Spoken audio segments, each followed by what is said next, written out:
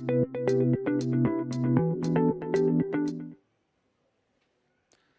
all. Welcome, everyone. We'll just give a couple of minutes for people to join in. And in the meantime, if there are people, if people watching, all of you watching, I would like you to tell me where you're from and where you're watching this live stream from and which city, basically, and so that I know that I'm clear and audible and there are no issues. And of course, you know what the topic is. It is about how to say no. So I want you, if there are questions that you have, please post it right away because there is a delay between when I'm actually speaking to the time it streams. There's about 10 to 20 seconds delay. So I may not be able to respond immediately. So if you have questions, post it right away so that I can just look at it and maybe even respond while I'm speaking.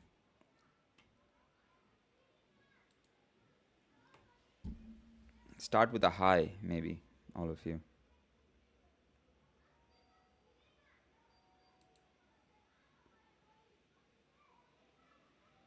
Cool. We'll give it some more time so that we have more people who can join in. I was late by about a couple of minutes, so that's another problem, but yeah.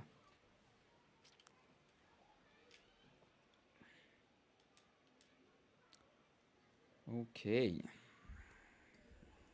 And I'm aware that some of you might be watching this as a recording because you might be past the live stream time, so you may not be able to watch it right away. But I'd really appreciate if you still have questions posted in there, and maybe I get ideas for what the other next videos should be about. So I will probably um, talk about those questions if there is anything related to leadership, career, interviews, visibility, and so on and so forth, emotional intelligence and strategic thinking. If any of those are a concern or a question that you have, feel free to reach out. Put it on the comment. It'll be one of the ways that I sort of decide what I want to speak about next in the future videos, not necessarily immediately after this one. So I think we are good to go. So looks like we can start off. So hello everyone again. Welcome back to the series. Before we dive in, do me a favor. Like I said, asked earlier as well for people who may be joining later on. Um, please type in the chat where you are watching from today, city or country. Let me know who is. Uh, it lets me know who is here, right?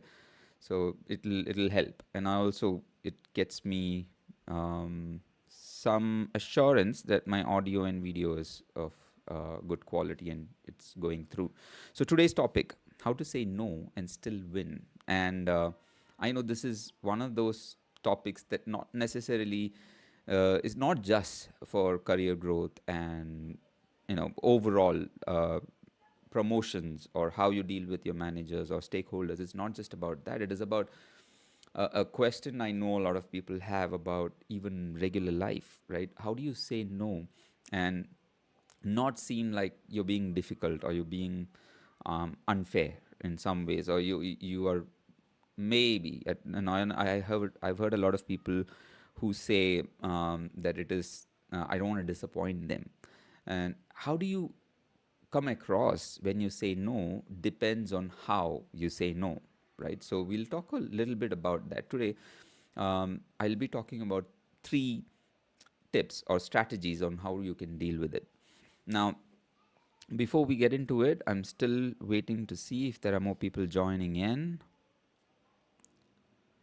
Anything like I said, if you have questions right away, feel free to put it in there because like I don't see those chats immediately. It takes a while before I can see them, so I will try and answer all the questions before we end the session. And if there are no questions, that's fine. If you want me to talk about anything else for the future videos, put that in the comments as well. I'll get onto that as well. Okay, so let's get into it now, right? Imagine this. It's 4:30 p.m. on a Friday. right? And you've cleared your inbox. You're pretty much done. You're closing the shop, right? You're ready to start your weekend. It's a Friday, right? And then right when you feel like, okay, got everything under control, everything is good to go, and you're ready to close everything down, there's a ping on your messenger, or whatever messenger you use, Slack, Teams, whatever, right? It's from your boss. And the boss says, hey, I need this data analyzed by Monday morning. Can you get on to that, please? Right? Imagine that. You had, say, you had big plans for the weekend as well. You already stretched pretty thin. Your stomach drops. You are already at capacity. And somewhere in the mind, your heart says, no, that's not what you wanted. Not at the end of the weekend. But what actually comes out of your mouth more often than not is, sure, I'll get on to it. I'll get it done. That's what you say more often than not. Be honest with me. Now, here is another way we can interact here, right? If you um, type guilty in the chat, if you have ever ruined your weekend because you ended up owning something that you weren't really for it, you had plans, you sacrificed those plans, you didn't want to really get into it, or you didn't want to spend time working, but you ended up doing it anyway because you were either too afraid to say no, and like with most people, you just thought that no is not an option at all. How could you say no to your boss's request, or a key stakeholder comes to you and says they need something done quickly? They need the slides formatted, right? Or they want to make sure that everything is done well. Can you please review and get back to me? Or, oh, the report is ready, but I need you to review, get back to me on how it is, right? Now that's where you spend a lot of the time. You're reacting to the request that comes in. Or it could be even a firefighting situation. There is a big incident that happened, maybe not even a big incident, an incident happened, and you are asked to take care of it. Right? Maybe a customer complained and you were asked to take care of it. Or the customer wanted a call over the weekend and you don't have a choice, but you have to say yes. Or that's what you thought, right? Now, if any of you are guilty of that, that's when I say you fall into the trap of the reliability trap. Remember, I spoke about that in the last week's live video as well, and then I've also posted a video. Please check out my YouTube channel. There's a lot of content there. I speak about the reliability trap in one of the videos, because you think saying yes proves you are dedicated. But to a senior leader, saying yes to everything proves something else. It proves that you cannot prioritize. Now, those of you who don't know me, hi, I'm Rakesh Ravindran. Today I'm going to teach you how to escape this trap. I'm going to share 3 specific scripts you can use tomorrow, right now, to say no and actually look more like a leader, more like a winner, right? So we'll talk about all of those things. So let me bring up the screen for you. So how to say no and still win. So like I just said, when you say yes to everything, right, it can be perceived as someone with no strategy, because you are not prioritizing. You are not allocating your capital, time capital, in the right way. You're not being strategic in how you allocate your time. So the 3 strategies that I'll be talking about today are the strategic pause. Strategic pause is how to stop the reflex yes. Like I said, a lot of us, when somebody places a request with you, you more often than not say yes out of a reflex. You sort of used to, and it depends on the situation, right? So more often than not, you've said yes in the past, and you feel like that's really the only way you can get through your career, or you feel like, what if, uh, you know, you've sort of conditioned your mind to think that saying yes is the only option, because anything else is going to make you lose something out of it. Saying no is something that you're scared of doing, right? So I'll talk to you about how to manage the reflex, right? The first one. And the second one is yes if technique. What is a yes if technique or yes if strategy? So this is where I'll give you a script where you can sort of negotiate trade-offs. If you had to do X, what others like A, B, C, D, other activities or priorities you have in the list that needs to be traded off with, right? So what you're doing is you're basically forcing prioritization and you're actually delegating that prioritization to somebody else, right? Whoever is placing the request. And then the third one that I'll talk about is delegation pivot. Yeah. So this is where you're turning a refusal into a mentorship opportunity, right? And I'll tell you what, this is going to be a powerful one. So let's get into it, right? The first one, there you go. Yeah, the strategic pause, right? Now, if you are ready to being, stop being an order taker and start being a strategic partner, type ready in the chat right now, right?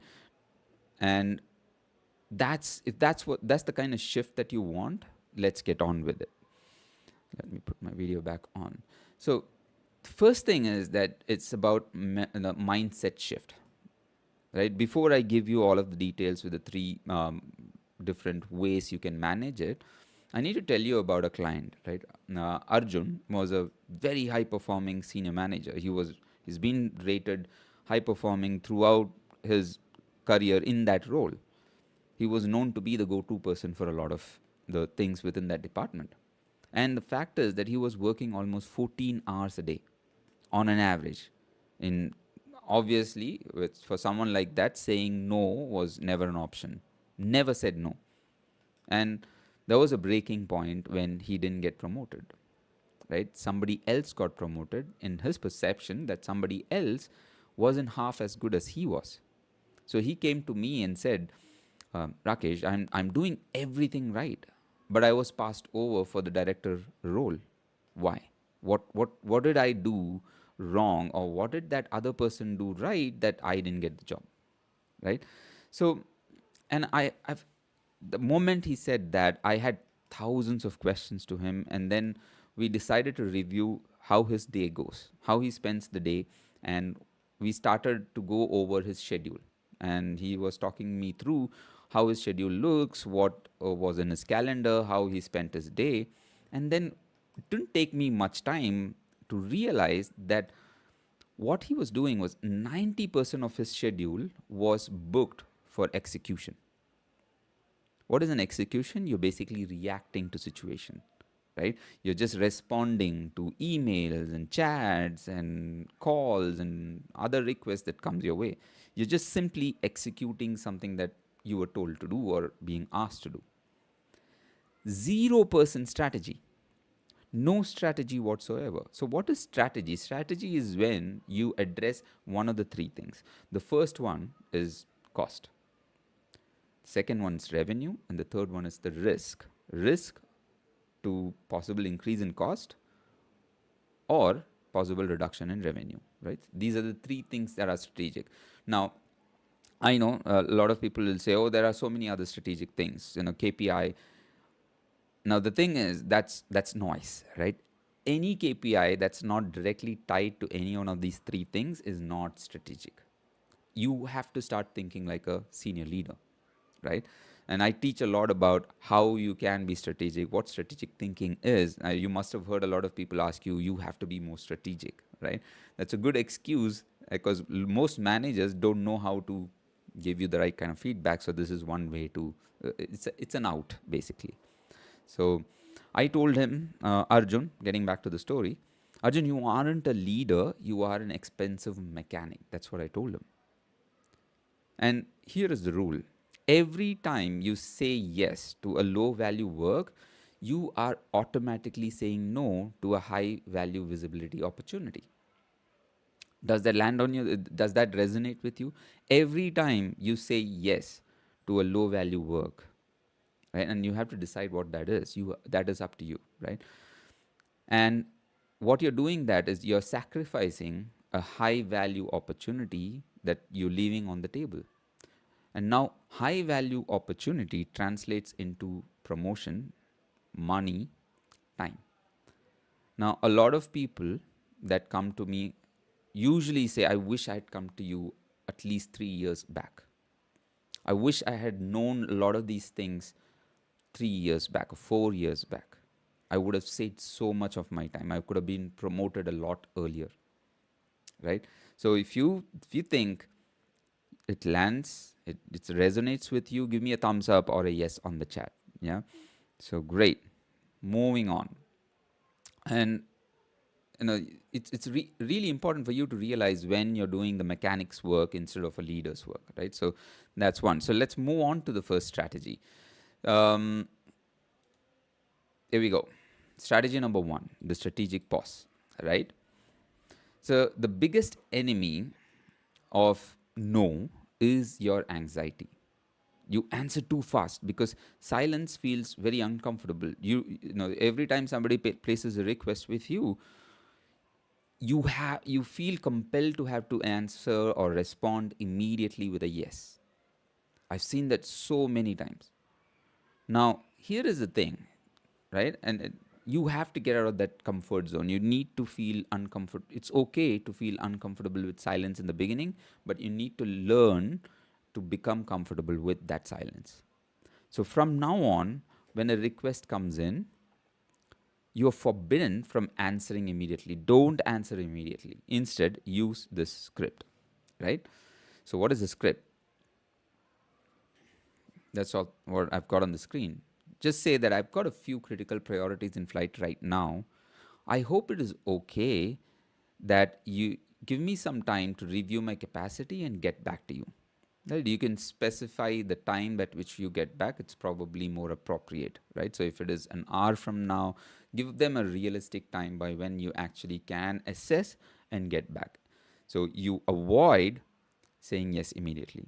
Now, if your question is why does this work, what makes it work is that it kills the panic reflex, the reflex of having to say yes, right? So I want you to commit to this. Type the word pause in the comment, lock in with your brain with that habit, right? So when you put that into action right now, the first action you can do is to type pause on the chat, on the comment section, and that'll be the beginning, right? So it's a commitment that you have to make that you will not say yes the moment somebody places a request with you. You will take some time, ask for it in the right way, right? So that's one. And then moving on to strategy number two, which is the yes if method.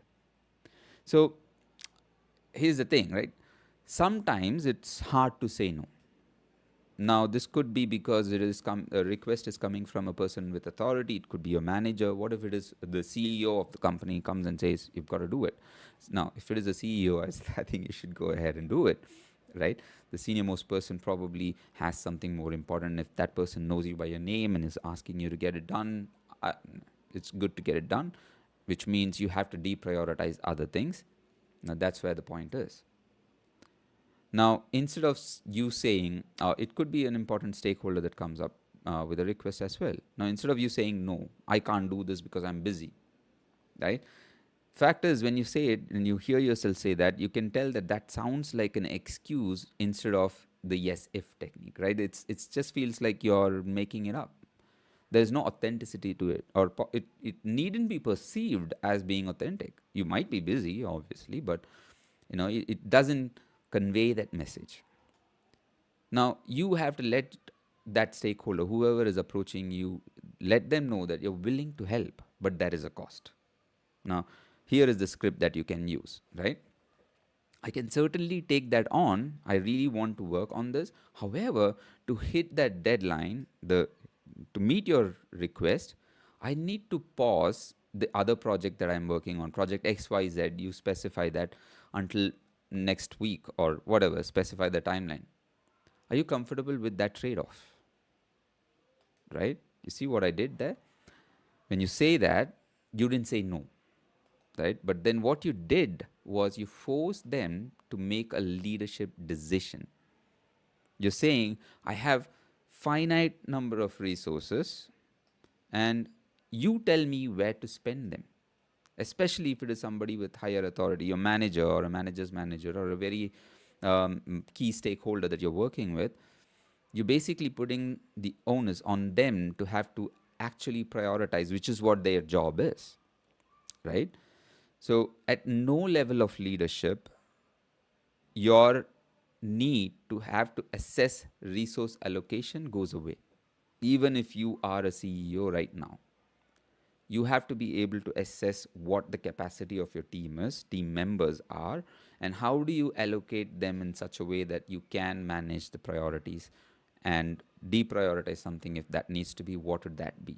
At least you need to be supportive. Of course, you will depend on your staff to let you know what works and what doesn't work, or what needs to be deprioritized. Of course, there's a discussion, but that's the whole point. You are not just giving away work, or you're not necessarily taking in unlimited amount of work. You are sending a message that there's only finite number of hours a day that you have amongst other priorities, and is it okay if I deprioritize something over your current request, right? So that's how you do it. Now the third one is the delegation pivot. Finally, what about the work you have simply outgrown of, right? Now this is the most dangerous and most mundane of things, right? So I know a lot of leaders who get requests to review a slide or to format a slide, make it look good, add some brand colors to the slide, and so many things. And I've even heard senior leaders getting requests like, can you get the desks numbers or how many desks you have in your group, right? A lot of the times, sometimes a lot of those requests are sent as high priority because something needs to be done. Of course, it is priority. All of that will fall into priority. But then the thing is, if you are still doing all of that by yourself, you're hurting your team, right? And that's where you use the delegation pivot. And how do you do that? So basically, you can say use the script. This looks important, but I think this is a great development opportunity for whoever, XYZ, right? I can oversee them doing it so they learn the process. Does that work with you? Is that okay that I do that, right? So you're just making sure that it's all rounded off and everybody's in the loop, right? Now, think about one task you did this week that you should have ideally delegated, just one, right? Now, type delegate if you know exactly what task I'm talking about, right? And I'm sure everybody has one of those things. Now, remember Arjun? I was talking about the senior manager. The guy working like 14 hours a day, and we implemented these three scripts with him, right? I was talking about him. That's what inspired this video, to be honest. The first week, he was terrified. Not just first week, I think he didn't want to use it for a long time because actual application of this could take some time, right?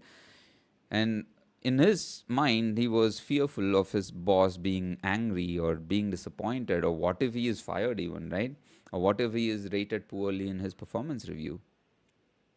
But he used the second one, right?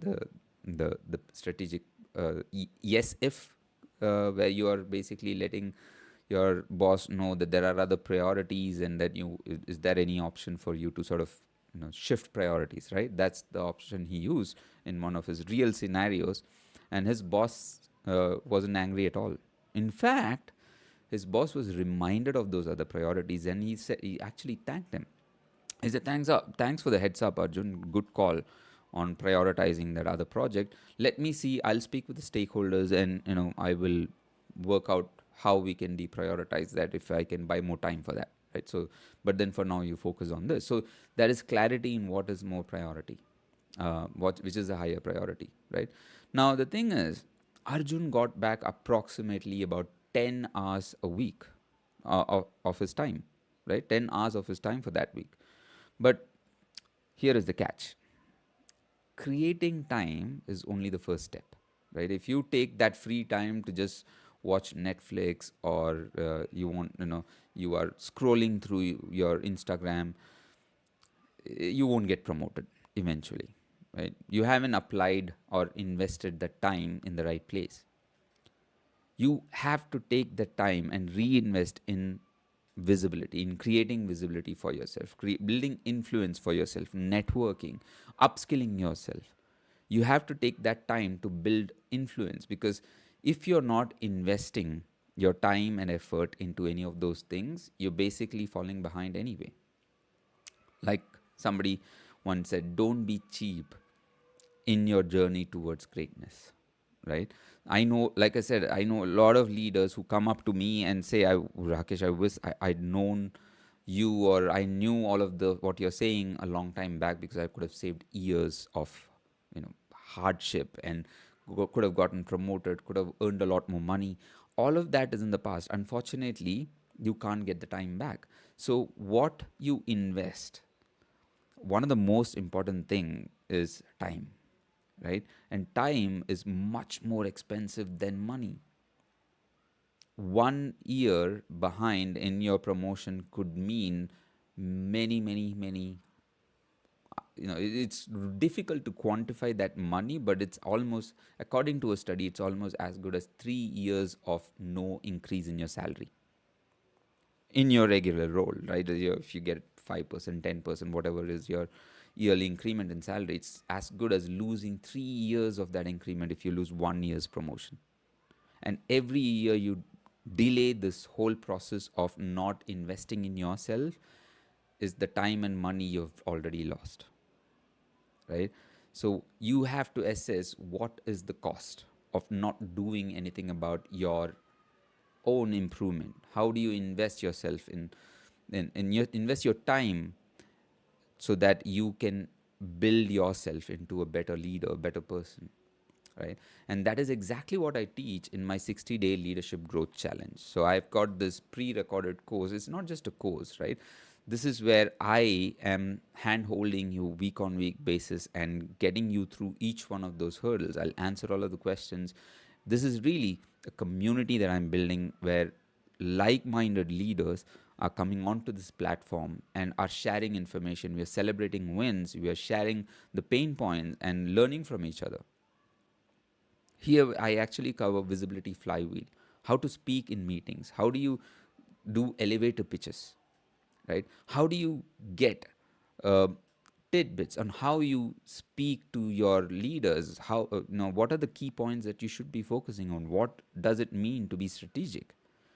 A lot of the times you are told think outside the box, but you don't know how exactly to do it. Now in these videos, my YouTube channel, I teach a lot of things. It addresses the what, but it doesn't necessarily say how to apply it.